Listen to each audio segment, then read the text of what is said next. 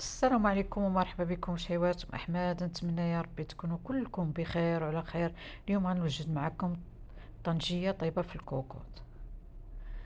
غنبدا بسم الله. عندي هنايا واحد الطنجية اللي غنضيف ليها اللحم، وكنضيف ليها رويصات تاع الثومة، وكنضيف ليها المصير حامض، كنضيف شوية ديال الزعفران الحر،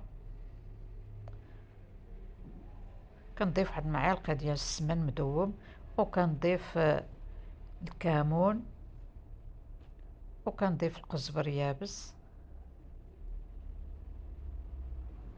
واحد شويه ديال البزار، وربع واحد ربع كاس تاع الماء، ربع كاس تاع الماء. الماء ما نكثريش فيها الماء بزاف لان اللحم غيطلق الماء، والملحه ما كنديرهاش لان نصير مالح. كنضيف شويه ديال الزيت العود، وكنسد عليها.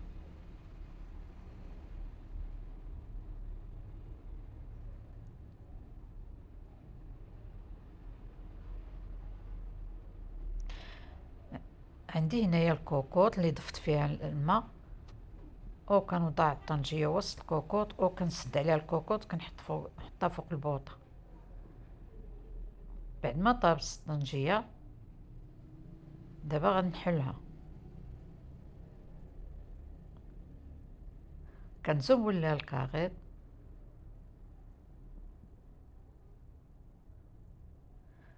وكنضيفها في طبق التقديم. وهذه هي الطنجية، وبالصحة والراحة.